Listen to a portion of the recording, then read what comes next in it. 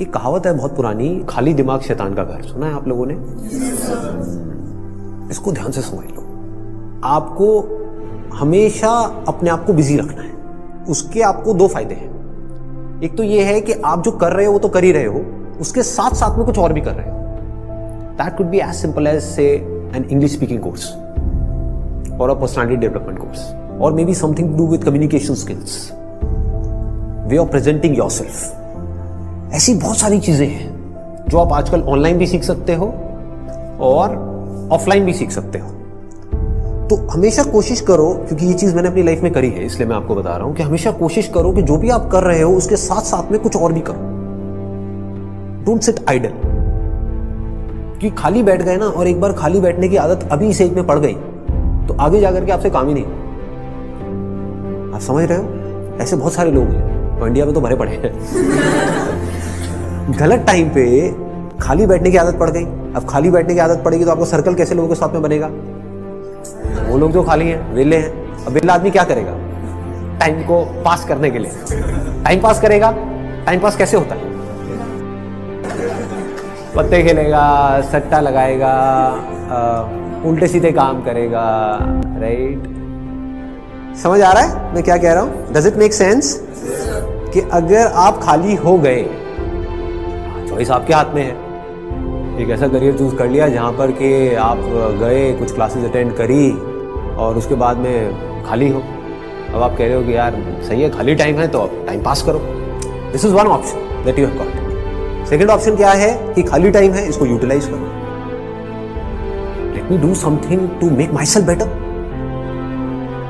Not just in terms of education but overall. Most important advice मैं आपको ये दे सकता हूं based upon my understanding and experience कि कभी भी खाली मत रहो, कुछ भी करो। कुछ ऐसा हो सकता है जो आपके करियर से बिल्कुल भी रिलेटेड नहीं है, लेकिन आपका मन कर रहा है अंदर से करने का, और उसमें कोई बहुत बड़ी इन्वेस्टमेंट नहीं है, ना टाइम की ना पैसे की। फॉर एग्जाम्पल, स्टीव जॉब्स का नाम सुना है आप लोगों ने? तो he was in one of the best universities in the world, और उन्होंने साथ साथ में क्या किया था पता है किसी को?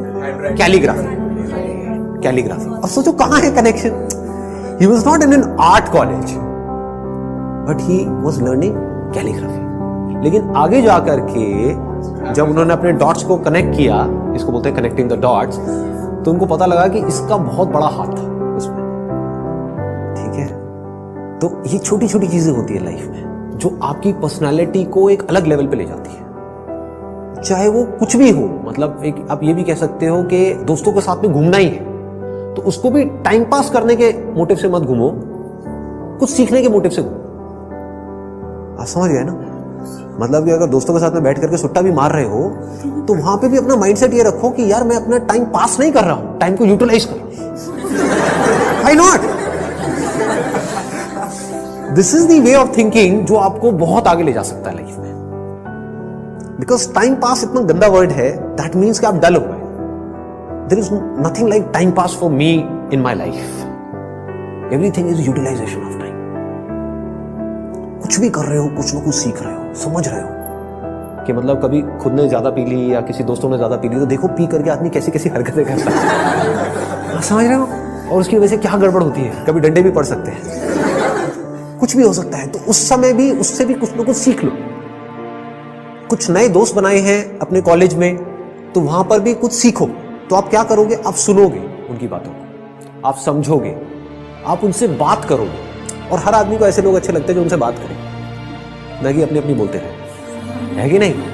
मतलब सबको अच्छा लगता है कि वो सुने बैठ करके। ये जो चीजें हैं छोटी छोटी होती हैं, लेकिन अगर आपका सीखने का माइंडसेट है और आप 24 घंटे इस तरीके से कुछ ना कुछ सीख रहे हो ना, तो यू नोटिस कि आप धीरे धीरे अंदर से बेटर होते चले जा रहे हो। कि मतलब सिर्फ आप एक कॉलेज से डिग्री लेकर के नहीं निकल रहे हो, but you are becoming a better human being, a better person, जो बहुत बड़ी चीज है।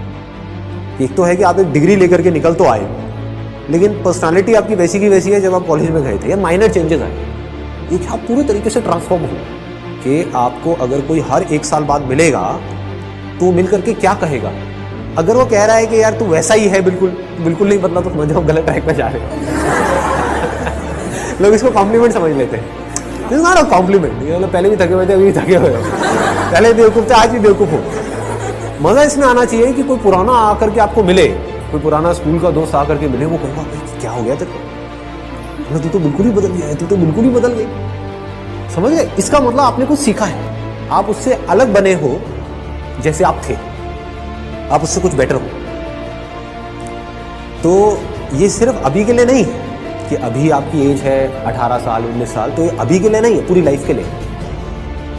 लेकिन पूरी लाइफ के लिए ये टिके कैसे रहोगे इस थॉट के ऊपर जिसकी मैं आपको बात कर रहा हूँ कि कुछ ना कुछ सीखते रहना है।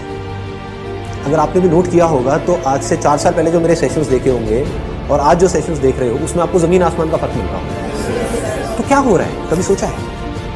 मैं कॉन्स्टेंटली ग्रो करता चला जा रहा हूँ। मतलब आप अगर मेरे को अभी मिल रहे हो, अगर अगले 6 महीने बाद मिलोगे तो you would find a different person.